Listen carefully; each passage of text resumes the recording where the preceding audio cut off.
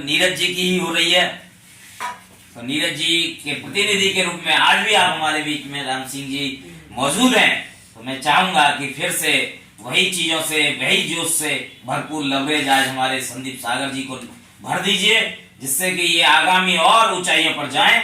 इसी कड़ी में जोरदार आवाज करता हूं, जोरदार तालियों के साथ राम सिंह। उनके माता पिता के शब्दों के लिए भी कुछ सम्मान में बोल दिया। बच्चे पे जब इतने लोग सम्मान कर रहे हैं, शायद पिता का नाम बेटा ही ऊंचा कर रहा है, मुझे ये लग रहा है। कहीं कहीं तो बेटे का नाम वो पिता का नाम करता है, कभी बेटा कर रहा है, तो यहाँ तो बहुत अच्छा दिखाई दे रहा है।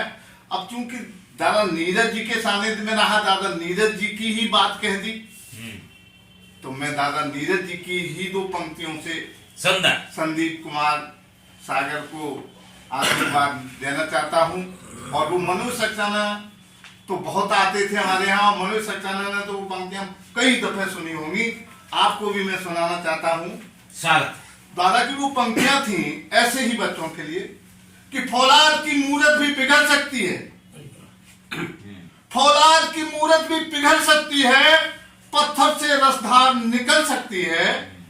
फौलाद की मूरत भी पिघल सकती है, पत्थर से भी रसधार निकल सकती है, और इंसान अगर अपनी पे आ जाए तो कैसी भी वो तकदीर बदल सकती है। तो आज हमारे राजेंद्र कुमार का सुपुत्र जो तकदीर बदलने का काम कर रहा है, और दादा की वो पंक्तियां बिल्कुल सटीक बैठ रही हैं, वो बहुत पहले लिखी थी दादा, आज नहीं लिखी थी, वो आज सटीक बैठती हैं, इसलिए मैंने वो पंक्तियां सुना दी हैं। कि मैं पुनः निवेदन फिर करना चाहता हूं कि फौलाद की मूरत भी पिघल सकती है, पत्थर से भी रसधार निकल सकती है, और इंसान अगर अपनी पे आ जाए, इंसान अगर अपनी पे आ जाए तो कैसी भी हो तकदीर बदल सकती है। और ऐसे पिता को भी मैं धन्यवाद देता हूं जो मेरे सामने ही बैठा है।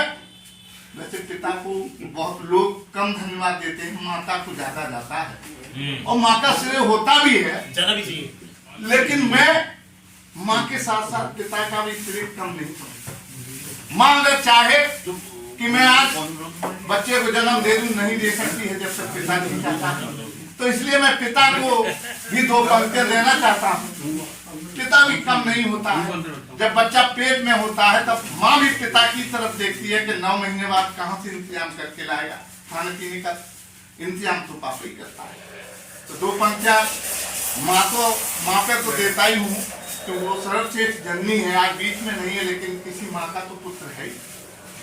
तो मैं दो पंक्तियां माँ को देता हूँ। किस धरती पर मातृशक्ति का मान नहीं जा सकता है, इस धरती पर मातृशक्ति का मान नहीं जा सकता है, नर के मन से नारी का सम्मान नहीं जा सकता है। और बेटा घर में हो तो शायद चूल्हा ठंडा रह जाए, तो बेटी घर में हो तो भूखा मेहमान नहीं जा सकता। माँ तो माँ होती है, माँ तो माँ होती है। और तो मैं अब दो पंख जो बेटियां होती हैं वही माँ बनती हैं, तो इसलिए मैं जड़ से सम्मान दे रहा हूँ उस माँ को। जो बेटियां होती हैं वही माँ बन जाती हैं। और बेटियां किनके पैदा होती हैं, वो हर किसी के घर में पैदा नहीं होती हैं।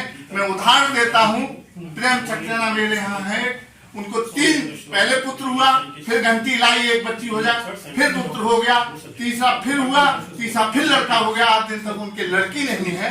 ऐसे में कई उदाहरण दे सकता हूँ, मेरे सामने है। तब मैंने 2 पंक्तियां लिखी हैं बेटियों पे। आखिर बेटियां जन्म वहां क्यों लेती हैं, कहाँ लेती हैं? देखिए कि हर एक नदी में अच्छी रेती नहीं होती, गंगा की रेती से पलस्तर हो जाता है, चम्मन से लेंटर पड़ता है, और काली नदी में जाएंगे तो क्या निकलेगा, कुछ भी रब्दा होगा। तो हर एक नदी में अच्छी रेती नहीं होती, हर एक किसान के भाग्य में अच्छी खेती नहीं होती, हर एक किसान के भाग्य में अच्छी खेती नहीं होती। और बुरा न मानो तो सच बात कह दूं, हर एक बाप के भाग्य में बेटी नहीं। कि भाग्य से होता है बेटा, भाग्य से होती है बेटियां, भाग्य से होता है बेटा पर सौभाग्य से होती हैं बेटियां। और बेटा संजोए एक घर तो 2-2 घर संजोती हैं बेटियां। शुद्ध भक्त होती हैं बेटियां। धन्यवाद। फोटो ले देखो ये फूल भी ले लीजिए ये लीजिए फूल। आपके सम्मान में। चलिए।